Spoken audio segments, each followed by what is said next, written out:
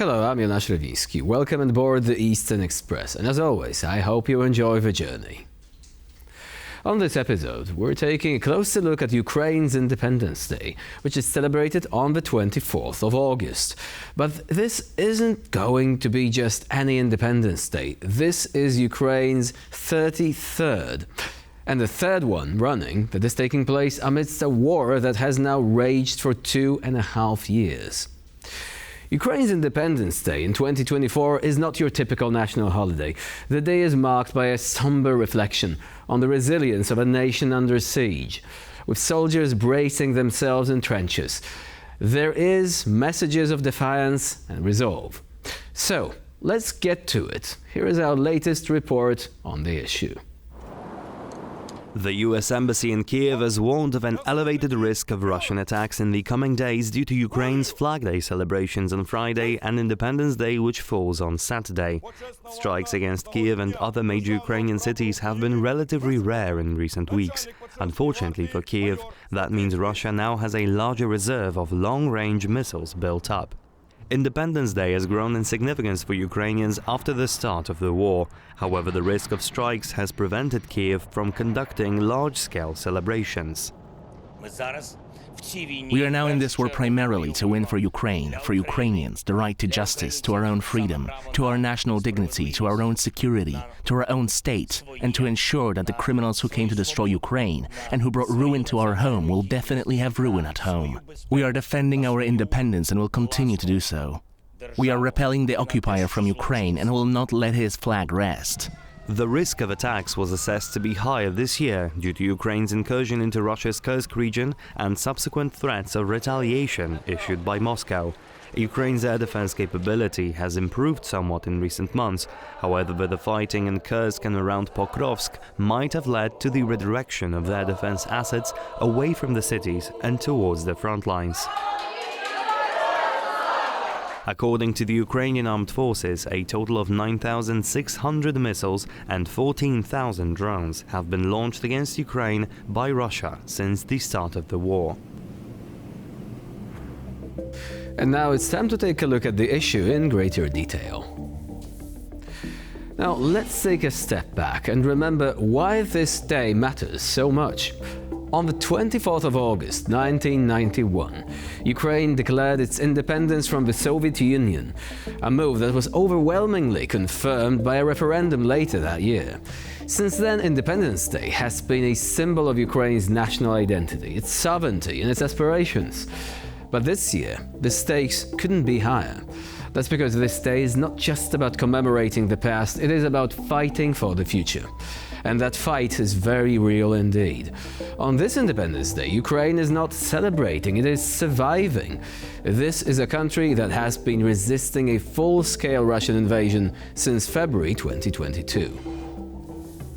In that time, we've seen the Ukrainian people endure some of the most horrific challenges imaginable: cities reduced to rubble, families torn apart, and a brutal winter that seemed to last forever. And yet, here they are, still standing.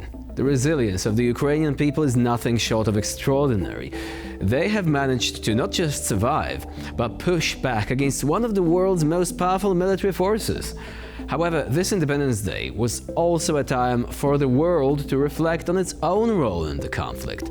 Because, let's be honest, Ukraine is not alone in this fight. The international community has rallied behind them, providing military aid, financial support, and crucially, a platform for their story to be told. The catch is that this war is far from over. Though Ukraine has shown incredible resilience, the reality is that they are facing a long, grueling conflict with no clear end in sight. And while they have made significant gains, like reclaiming territories that were once under Russian control and now striking into Russian territory, there is still a long way to go. Now, this brings us to the question of what comes next. For Ukraine, the immediate future looks like more of the same: fighting, struggling, and holding on to whatever semblance of normal life they can. But there is also hope. Hope that with continued international support, they can eventually push Russian forces out of their country. Hope that despite the destruction, they can rebuild and create a stronger, more unified nation. And hope that one day, be able to celebrate Independence Day the way it was meant to be, with peace, security, and a sense of accomplishment. Ukraine's fight is a test of our collective commitment to the values we claim to hold dear. So as we reflect on Ukraine's Independence Day, let us remember that this is more than just a date on a calendar. It is a reminder of what's at stake in this conflict for all of us. And now here to shed more light on the issue is Professor Oleksiy Haran, lecturer in comparative politics at the National University of the Kyiv-Mohyla Academy. Hello and welcome to TVP World. Thank you for the invitation. So during those years of struggle, how would you say the Ukrainian nation has changed? Did it become stronger? I'm not talking about the country, the economics, but the nation itself, its identity, its spirit. Oh, definitely yes. It's more strengthened, and actually this is a long process which started, many decades ago. Then after 2014, the start of the Russian invasion, and Ukrainians realized, that they are Ukrainians, not Russians, and they are going to resist Russia. But after the full-scale war, since 2022, these attitudes increased. For example, I will give you the figures. So we just made a poll, and I mean Democratic Initiatives Foundation, where I also work as a research director. So we asked people, are you proud of being the citizen of Ukraine? And in 2022, it was 90.5%. 90.5%. This year, it's 88%. Okay, so basically, 3 recent years, they are the highest ratings throughout the whole poll, and we are asking this question for at least 2 decades. So 88% for the time being, they are proud to be Ukrainian. Then traditionally we put the question of how would you vote if you have a referendum right now for independence? Again, this is a theoretical question, but this question is usually in the poll since the very beginning of independence. And again, these years, they demonstrate the maximum. So 85% they would vote for independence against only 2%. So these are very high figures. If you ask about the feelings of Ukrainians, and we give several variants to choose, it's possible to choose several options. Number one is hope, which is 61%. 70% of Ukrainians are participating in volunteering in different forms. Financial, physical, helping to build these small drones, help to IDPs, and so on and so forth. So the nation is quite active. So the bottom line is that the strength of solidarity of being Ukrainian, political Ukrainian, I mean, whatever is your ethnicity, ethnicity, confession, or even language, it increased. By the way, there was also interesting question which was surprising for me.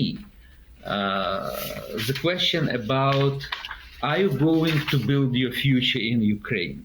And 86% said yes, because we know that there are some people who have already left the country. There are those who want to leave the country, around 8%, but 86% say yes, in Ukraine we are going to be in the country. And then finally, we actually asked Ukrainians the question you put to me. So do you think that we became more consolidated? 70% said yes. So this is very interesting because, even under martial law, we have, huge democracy and freedom for criticizing, and you can read, anything on social media and criticism of the authorities on TV, radio, and so on and so forth. And sometimes you can hear that Ukrainians, as always, they're struggling with each other. But 70% are saying that no, we are becoming, more consolidated. So these are very positive figures. I do not see the situation, through rose spectacles. Yes, we have problems. These problems are connected, first of all, with situation at the front line, and still the lack of weapons that we have, for example, in aviation. There are scandals among our authorities, ruling elite. Some are connected with cases of corruption. Well, actually, I believe this is good, that corruption is bad. But this is good when we are openly talking about it, and there are some measures which are taken against it. So there are problems, but still I think that, and definitely people are tired of the war. This is clear. But most of the people is not ready, to give concessions to Russia at the expense of our territorial integrity or security situation. Well, that's a very important point. Western countries should be listening to that as well. But before we move on to the current situation, I want to talk about Ukraine's achievements before the war. Ukraine is seen by many to be an object lesson of a trajectory towards democracy, towards freedom. Also, it is very different to Russia, which theoretically started out in a similar way. The Soviet Union has collapsed. Russia could have gone towards a similar goal. Instead, it has descended into this sort of deranged autocracy. What does it teach us, really? And also, what would you say the West, what lessons should the West be learning from this situation? Ukraine's triumph in this regard and Russia's descent and collapse. Well, I remember this situation very well because I lived through these years. I commented it, I participated in many historic events in Ukraine. Well, you are right that immediately after independence, the country went in different directions. You see, in the West, they considered President Yeltsin, to be a Democrat. Okay, while in Ukraine, the situation during the first year was not very clear. There were representatives of the old elite in power.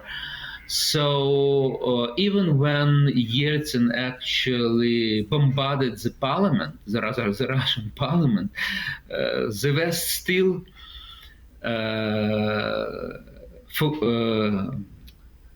forgave it to him, right? Forgave. And supported Yeltsin. But in 1993, there was a Russian constitution. And this Russian constitution, which was adopted not in the parliament, but through referendum, actually it created the autocratic regime, autocratic system of power. So basically you have this kind of constitution even now. So this is a constitution mainly of 1993. So this system was created legally before Putin. In Ukraine, it was different because in Ukraine, the constitution was a result of compromise. So, the system was more balanced between president and the parliament, even before first Maidan or before second Maidan. There were, attempts from Kuchma or Yanukovych, former Ukrainian presidents, to create to get a monopolization of power, that they didn't succeed. They had a rebuff from the civil society from below, and this leads us to necessity to understand that historically these countries are different. Our political culture is different. This is very important. Political culture is created, by centuries. And, there were centuries when we were under Polish rule, and there was a lot of negative things during that time. But still, we were part of Europe with parliamentary traditions, with city self-governance, so-called Magdeburg law. And that's why even when Ukraine was colonized by Russia, it was very difficult to change, this history, this history trajectory. So Ukraine is effectively yes, regaining its rightful place in Europe, right? Because we're unfortunately running out of time. One quick question. In recognition of Ukraine's achievements and aspirations, what do you think should the Western countries do, which they haven't done before, in order to really appreciate the fact that Ukraine is fighting on, Ukraine is struggling for its independence and for values that we all share? Is there anything that you wish happens later this year or next year that will help Ukraine achieve this goal? Weapons. We need weapons. The West is supplying us with weapons, but, it's delayed. It's delayed. It's delayed. And we need definitely more, especially if we are talking about aviation, if we are talking about missiles, and we need clear permission from Western countries that we may use the Western weapons against military targets in Russia, because Russia is bombarding us, through its air bases on Russian territory. So how can we respond? Yes, we have drones, but this is not enough. So we need to have this permission from the West to use Western missiles, to reach these bases, military bases inside Russia. So Russia is still waging what is a colonial war, a war of the past. Ukraine is boldly looking towards the future. And I do remember that the first time we actually spoke was before the invasion. Back then it seemed that Russia would not be quite as insane to attack. Unfortunately, it seems that Russia is too far gone, and now the West has to acknowledge that and finally help Ukraine to the full extent, so that hopefully sooner rather than later we're going to have a conversation about how the war was won. I have my fingers crossed, Certainly so. We will Professor, talk about our victory. Professor Alexei Haran was our guest today here on TVP World. Thank you very much for joining us and for sharing your insight. Thank you. And now we're moving on to Eastern News Flash, a series of all the other stories from the East that you don't want to miss. A recent poll shows that a vast majority of Ukrainians want to build their future in their country. The survey was conducted among current residents of Ukraine. Some 86% of polled Ukrainians said they plan to build their future in Ukraine. The number is lower among young people at 74%. Some 40% said that the country is developing in the right direction, a noticeable drop from last year when 49% expressed such views. Some 88% stated that they are proud to be Ukrainian. The survey did not include Ukrainians living abroad or under Russian occupation. Rafael Grossi, the head of the International Atomic Energy Agency, is set to visit the Kursk nuclear power plant. The facility lies some 35 kilometers from the current front line. Ahead of the visit, Grossi expressed concerns about the facility's condition, the construction of which mimics the Chernobyl power plant, with the reactor lacking protective domes. Grossi will inspect access roads and external power supply to the plant, necessary to maintain proper cooling in case of an emergency.